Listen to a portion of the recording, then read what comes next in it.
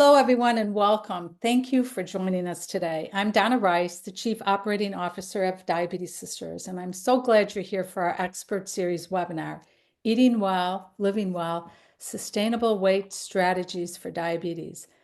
Managing weight while living with diabetes can be challenging, but you don't have to do it alone. Today, we'll explore evidence-based strategies to help you make informed decisions around eating patterns, treatments, and lifestyle changes that really support your long-term health and well-being goals. Before we begin, I'd like to extend a special thank you to our sponsor, Lilly, for supporting this session and helping us bring valuable resources like this to our community. We're thrilled to be joined today by Laura Russell, a highly respected registered dietitian with 20 years of experience, including 15 as a diabetes care and education specialist. Laura's diverse background spans research, inpatient care, outpatient clinics, and telemedicine. Her areas of expertise include diabetes medication management, technology integration, and weight management. She has presented nationally on topics such as weight management, continuous glucose monitoring, and reducing diabetes inertia, and continues to be an active leader in both the diabetes and nutrition fields. Throughout the presentation, we'll invite you to submit your questions in the Q&A box, and we'll address as many as possible at the end of the session. In addition to today's webinar, Laura will be leading 2 workshops focused on sustainable weight management with and without GLP-1 medications. She also has created 2 tip sheets outlining practical strategies tailored to both approaches. You can sign up for the workshops under the events section on our website and download the tip sheets from the resource section. This is a great opportunity to take a deeper dive into the topic and get your questions answered. So let's go ahead and get started. It's my pleasure to introduce Laura Russell. All right, let me get my slides up here. Just take a second. All right, do you see them? Not yet. Okay. Okay. All right, well, thank you everyone so much for being here. Excited to share today. So we are just going to talk about some of the popular eating patterns that you wonder if they work or not. We're going to talk about some different strategies that will work possibly in any eating pattern and hopefully give you some more tips and ideas. I know that weight loss is really hard. Many of us have tried numerous things that some have worked, some haven't. And I think it starts with just a lack of research, especially on women, and why it is so hard to lose weight. But some of the things that we know is that our appetite hormones come into play with losing weight. As we get older, our metabolism slows down. With diabetes, the glucose fluctuations play a role, which we'll talk about in a minute. And then a big part is busy lifestyle and eating patterns. I'm in the stage of life with 3 super active kids, and so every night is spent running around to activities, which is great, but it does affect the eating pattern and lifestyle. So it definitely is hard, and I recognize that. So one of the things we do know when it comes to weight loss and weight gain is that as we gain weight, our hunger hormones increase and our appetite suppressant hormones actually decrease, and then our metabolism starts to slow down. Then when we, decrease our calories, increase exercise, get that weight loss going, there's kind of this tug of war going because of those hormones and that metabolism. And sometimes our body can try to regain that weight for up to 12 months. So you're not imagining it. It really is hard. And, when you've lost weight and then regained it, and yes, we definitely see that happen. And it can be super frustrating. So what can we do? And set realistic expectations. Again, looking at that phase of life you're in, what does your lifestyle look like, in terms of work and your family life. And we want to try and incorporate some strategies that are going to work into everyday life because we're going to have travel, we're going to have holidays and things that come up. It's really important to go in with that positive mindset and not get hung up when things get derailed. Do not give up if there's a bad day or even a bad week or bad month. Like you can always start again and move forward in this journey. And then I think it's important to know yourself. Your personality plays a role. So some of the things I'm going to talk about, you're going to think like, no way, am I going to do that? And other things you might think, okay, I could incorporate that. So everyone is different in what works and what they, kind of hold on to with this. So first step with diabetes is you do want to try and optimize your blood sugars. So I'm not talking about perfect control by any means, but you want to get them to a good spot for your health. If you are having a lot of hypoglycemia and then having to eat to bring up your blood sugars, that kind of goes against what you're trying to do in terms of weight loss. And same thing if you're having a lot of high blood sugars, your body eventually turns some of that sugar to fat, which can make weight loss difficult. So if you are not using a continuous glucose monitor and your healthcare provider thinks that's appropriate for you, you can learn so much about food choices and portion sizes and really hone in on how eating is affecting your glucose. If you are using insulin and multiple daily injections and not using an automated insulin delivery system, that is another really good way to just kind of even out blood sugars and reduce some of those highs and lows. So really meet with your healthcare team, for insulin adjustments and recommendations, because that's definitely a first step when it comes to weight management. So let's talk about meal patterns. So notice I call it meal patterns and not diets. We're not talking about a short-term diet. We're talking about structured eating plans that can be an effective tool for weight loss. So we really want to think of what can I do long-term and sustain. So some of the top four that come up the most we're going to go through. So first one is time restricted eating, also known as intermittent fasting. This is a really popular one. It's having an eating window that's less than 10 hours per day. Most common would be 16-8, where you fast for 16 hours and then your eating window is 8 hours. But there are studies looking at other options of 4 and 8. There's no long-term large studies with T1D. I think the popularity is it's easy to follow. You just say, oh, I'm only going to eat from 12 to 8. Easy, done. Um, some studies show people, not really watching as much what they eat during that window, and other ones show them, doing the portion control and all of the things. Um, I think with this one, it's important to think about like your family life. You wouldn't want to do, an earlier eating pattern where you're eating from 8 to 4 and then skipping dinner and sitting down with your family and not eating. And that would be strange. So you want it to be something that makes sense. Insulin would definitely need to be regulated to prevent hypoglycemia and using a continuous glucose monitor. So potential benefit, and this is only 12 weeks. I know 1 to 5% doesn't seem like a lot, but that's only over 12 weeks, over the course of the year. Can definitely be more than that. And weight loss was comparable to calorie counting in some studies, but sometimes, doing a eating window seems easier than having to track all of your food for some people. There is some possible reduction in fasting glucose if you have an earlier eating window before 5, and some possible reduction in A1C. Now, a lot of the studies really don't pull out the difference between men and women, and so we do have to realize that our bodies are much different than men when it comes to fasting.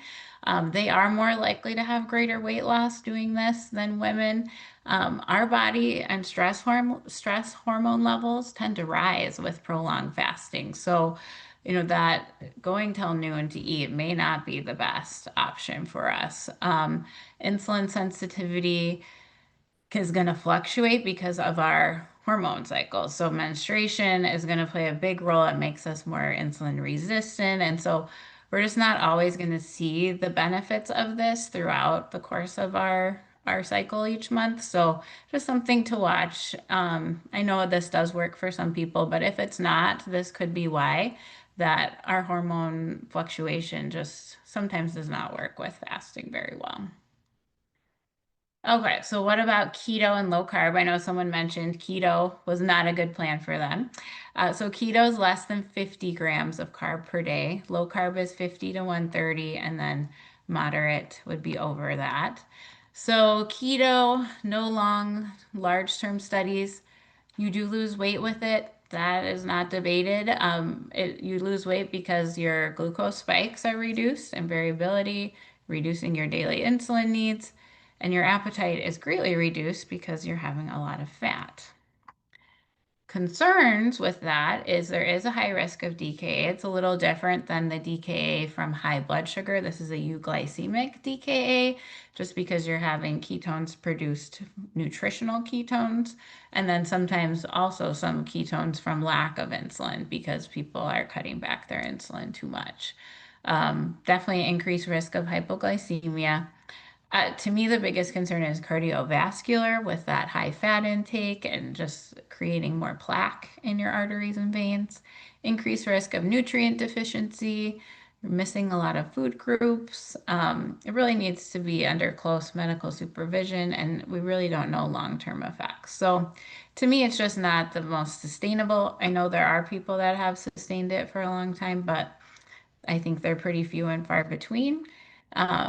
So to me, a low carb eating plan makes more sense. So that's limiting your carbohydrates to less than 130 grams per day. And this is primarily carbs from like processed foods. So we're not limiting any carbohydrates from vegetables.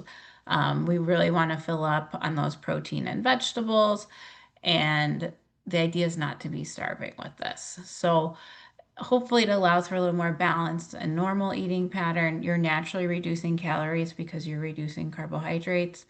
There is at least a 10% weight loss for many people, improved insulin sensitivity, reduced glucose variability, just easier to follow. So, an easy way to think of this is the good old plate method. And so, if you do nothing else, it's thinking about making half your plate full of vegetables. That gives you lots of fiber, it fills you up, lots of nutrition.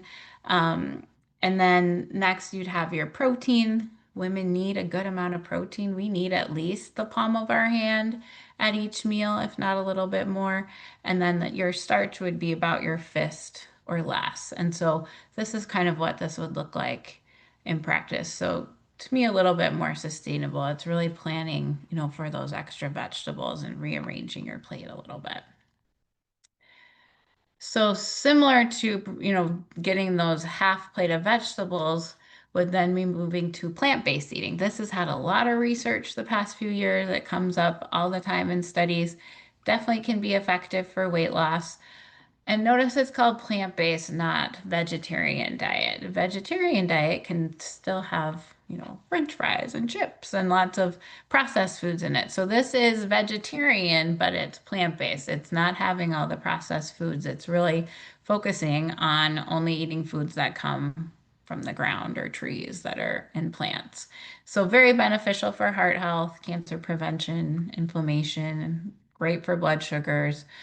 You do need to be mindful to have plant-based sources of protein, so like beans and lentils and tofu, things like that. And you may need some vitamin supplementation long term. So can definitely be a good strategy. If that's a little more than what you're looking for, then Mediterranean is always a great option. And this has been probably the most studied eating pattern that has so many benefits. It is definitely effective for weight loss. Some studies show more weight loss compared to low carb and low fat. Um, of course, if we're watching portions and exercising, the better it is. So good for heart health, great for blood sugars, reducing inflammation, slowing cognitive decline. And so we hear Mediterranean all the time, and then like, oh, okay, I use olive oil in cooking. Great. It's a little more than that. So I thought just show kind of example of what a Mediterranean eating pattern actually looks like. So lots of fruits and vegetables. And then your grains and carb sources are going to be from whole grains like bulgur, barley, farro, quinoa would fall in there. Um, and then lots of legumes, chickpeas, lentils, black beans, lots of nuts and seeds, and then olive oil as your primary fat for cooking, and lots of herbs and spices. So not a lot of animal products in there. But there is some fish and seafood, some dairy, yogurt, some of the aged cheeses like feta, Parmesan. There's some chicken and turkey, lean cuts, eggs. And then what's sparingly or occasionally would be red meat, and then our processed and packaged foods. So this is really a plant-based eating as well, but with a few animal products in there, and can be a really effective eating plan. So if we've kind of figured out what our eating plan is, then what are some other lifestyle strategies we can put in there? And so one thing to consider would just be mindful eating. So this is just slowing down and really listening to our body, being attentive and present when we eat. So focusing on our food. If you ever, eaten a bowl of popcorn while watching TV or a movie and you eat and then look down at your bowl and it's empty and you don't even really remember eating, you're not going to be as satisfied. And so this is just taking a moment to focus on what you're eating, taste, enjoy it, and savor it. We can think of a hunger and fullness scale. So we want to, 5 is neutral, 1 is starving, you could about to pass out, and 10 is so stuffed. We want to start eating when we're at about a 3. So our stomach is growling, we're feeling some hunger. We want to stop when we're at a 7. Takes our brain about 20 minutes to realize that we're full. And so if we're eating too fast and not focusing, we're not going to feel too full until it's too late. So that's that slowing down and thinking, when you start to think about that food, like think, okay, does it make sense that I'm hungry? Should I be eating? Maybe not. Maybe I need to drink some water or something, go for a walk, do something else until I'm actually feeling that stomach growling. I love this image of just some other practices when we're sitting at the table, not in front of the TV, taking our time to put our fork down. Don't eat out of a box or a bag. Chew more, taste, and just really savor our meals and take that time, which I know can be hard because said we're on the go and running around, but the more you can be mindful with your meals, the more satisfied you feel as well. So some other tips, we have had the women's health study for about 50 years looking at nurses. And when they look at that data of what are the most things that people are doing to keep weight off, the people that have been successful for weight loss, what have they been doing? Keeping meal times routine, not skipping meals, planning ahead. Cannot emphasize that enough. It is hard, but it is so worth it because if you plan, then we don't grab. So taking the time to plan, those tricky meals, whether it's lunches or dinners for the week. Tracking food take, that can be really effective. Getting enough sleep, at least 6 hours or more. Getting in those fruits and vegetables, 10,000 steps a day. And then meet with a registered dietitian to get a personal plan, to have some accountability. We can give you lots of ideas and tips as well. And then what about medications? We can't talk about weight loss without medications. The incretin medications on the market, so the GLP-1 as a lot of people call them, what they are helping with are those appetite hormones I mentioned at the beginning. So they are helping to reduce the appetite, suppress appetite, slow down your food digestion, and just make it easier to follow some of those healthy eating patterns that we talked about. With diabetes, they're going to reduce glucose output from the liver, increase insulin production, reduce glucose, so I'm going to improve glucose. These are not an option for everyone, but they're definitely worth talking to your doctor to find out if it's a good option for you because they can be really effective. We are seeing amazing results with these. And I think the more that you can follow a healthy eating pattern and work with a dietitian, then you can have a good outcome with them. I know we've all heard some of the scarier or horror stories, but in conjunction with healthy eating and working with, like I said, a dietitian, they can be really good. So coverage is going to vary. That's a whole nother talk and discussion, but um, definitely worth talking with your doctor to find out if this is an option that would be good for you. So in conclusion, everyone's going to have a different plan and outcome. We're all so different. Our lives are so different. So we just have to find the things that work for us. find a realistic goal and strategy, take it a day at a time. I do believe those small changes add up. I know it can be frustrating, looking at that scale, but when you look over the course of a year, you can just be amazed at how much some of those changes equal big results. And, consider meeting with a registered dietitian and talk with your healthcare provider for insulin adjustments and about medications. And now we can open it up for questions. Very good. Okay. We have, hold on 1 second. So thank you, Laura. For those of you who haven't put a question in, go ahead and put the question in the Q&A. We have a couple that I'm going to address. We did have one question that came in early that I believe also came in today, and it's a question about, hold on 1 second. It's about having healthy snacks and not losing weight, maintaining weight, but what are some low saturated fat and healthy snack options? Yeah, so if you're doing that lower carbohydrate eating plan, um, your fat sources should be coming from plants as much as that's really for any eating pattern, our plant sources of fat. So that would be things like nuts and avocados and olives. Um, that would be, you can pair, someone asked about where fruits fit. So fruits can fit as a great snack paired with one of those things like an apple with a handful of almonds or half a banana with some peanut butter, things like that. So you definitely need to include fat and that you want it to be mostly from the plant-based sources as much as possible. Okay, another question that came as a comment earlier, but I think it's worth really looking at, and it was from somebody who sent it in anonymously. One of the biggest barriers to weight loss has been food noise, and we hear this a lot. I would love to hear strategies other than using GLP-1s to help calm the constant desire to eat that often comes with T1D. Yeah, that is definitely a hard one to combat for sure and can be so frustrating.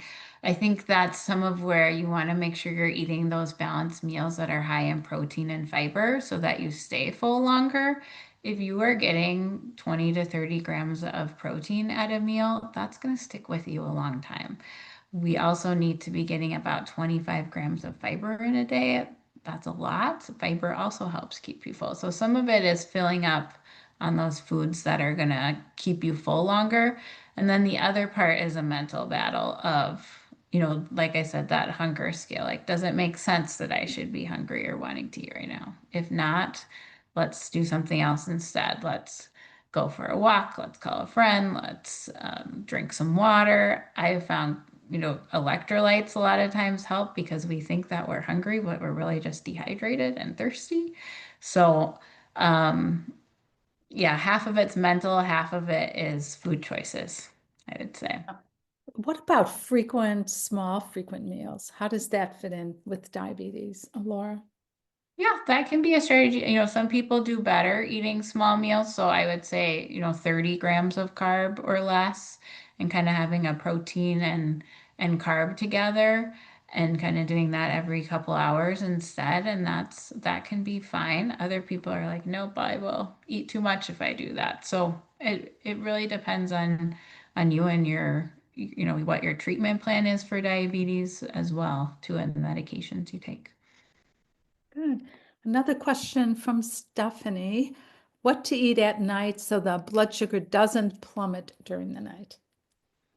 Yeah, I think with that one, you should talk to your healthcare provider about adjusting insulin so that it isn't plummeting because it shouldn't be doing that. So that could mean you need medication adjusted.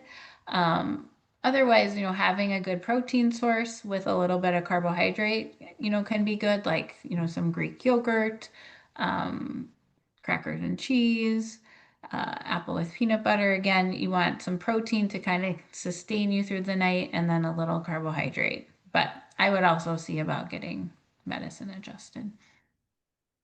Exactly. Okay. All righty. Another question. Can you shed some light from Melinda on a healthy low carb diet that has about 1,800 roughly calories?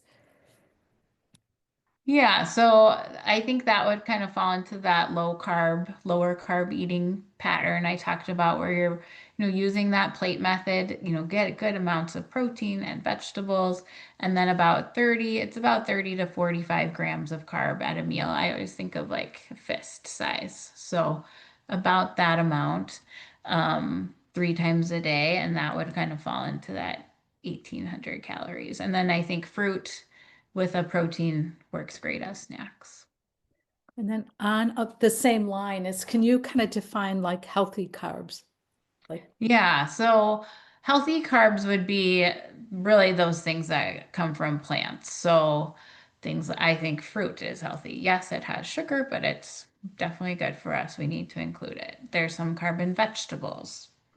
Really, I wouldn't worry about those mm, carbohydrates. Nobody's gaining weight eating too many vegetables. I haven't seen that yet in my career. So those, things like oats and brown rice and quinoa and those type of whole grains would be healthy carbohydrates. Beans and lentils, super healthy carbohydrate sources for you.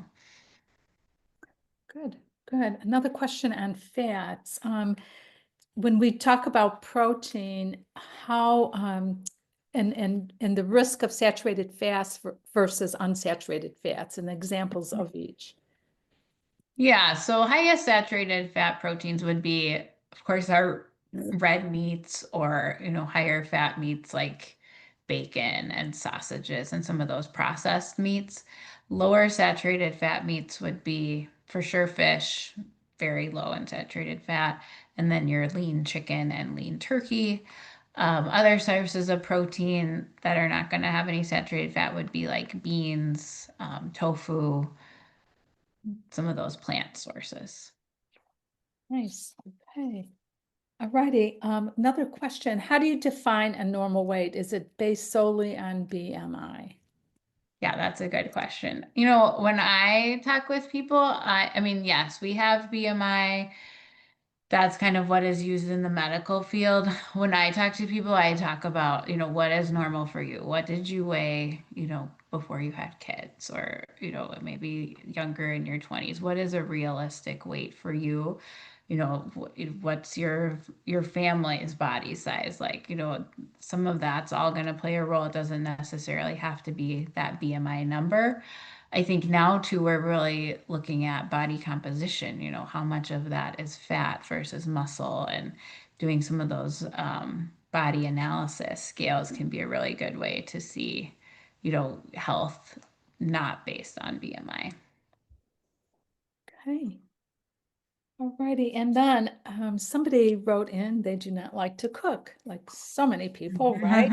So what are Yeah. some healthy fast food choices, like, or Mhm. eating out choices? What do you look for? How do you define on a menu? Yeah. I mean, I think if you can do more fast casual, that will be better, like a Chipotle type of place where you can make a burrito bowl or a salad type of place.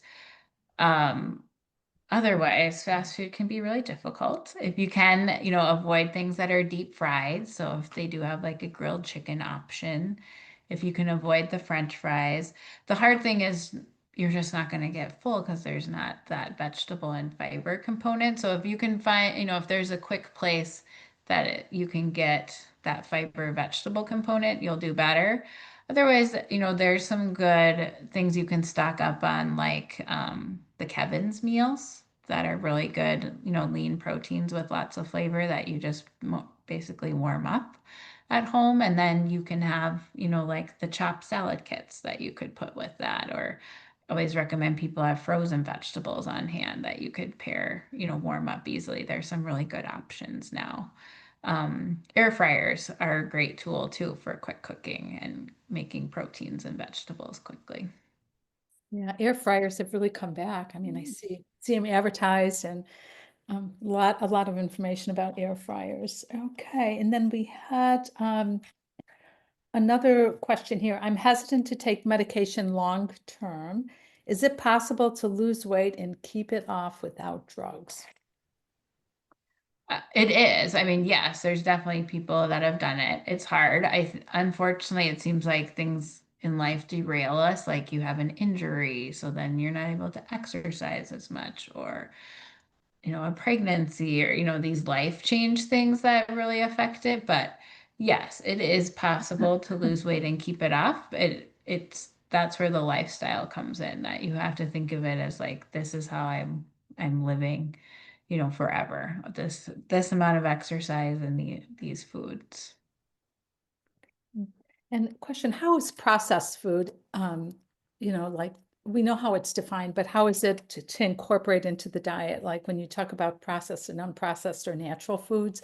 So is Yeah. this something in the label? Because somebody asked a question about processed food in the label. So processed food would be most things in the grocery store that come in a box or a bag. If it's made in a factory, then that would be a processed food. If it has, breading on it and things like that, that's going to be processed. So things that aren't processed typically at the grocery store are the things that come from the perimeter. So our produce, our dairy, our deli, all of those things would be the unprocessed food, but a lot of our food is processed that we get at the grocery store. So if you can avoid, especially the snack type things, the chips and those types of things, that's a win right there. Yeah, and I think if I remember, like hydrogenated oils, right? And high Yeah, fructose, and to look for like those two key things are pretty yeah, much those would be maybe. factory Mhm. factory foods. Yeah, yes. Great. Okay, another question. Any ordering strategies when eating out? Yeah, I think if you can ask to not have the French fries and ask if you can have a salad or, a veggie instead, that goes a long way. You can always take a French fry or two from someone else's plate that you're with. If you can even ask, for a to-go box right away so you can put half of it away, because a lot of times it's just the portion is too big. Especially things like rice and pasta and potatoes, those are cheap. And so they're going to give you a big portion. It's way more than your fist when you eat out. And it can be hard, when it's in front of us to stop eating. So if you can, put half of it away, share with someone, share an entree with someone, that's helpful. Look for the grilled or sauteed versus, fried and breaded. That helps too. Yeah, how it's prepared is important. Good. All right. Well, we are just about out of questions. I'm going to wait a few minutes. If anybody has any further comments or questions, go ahead and put them in the Q&A. We'll give it a couple of minutes. Again, a big thank you to Eli Lilly for their generous sponsorship, and a big thank you to Laura for her incredible presentation today. And remember to visit our website to download the tip sheets. We have some great tip sheets on this topic. And then go ahead and register for our upcoming workshops. Thank you all for joining us. We hope to see you tonight and at our future sessions. Have a wonderful day.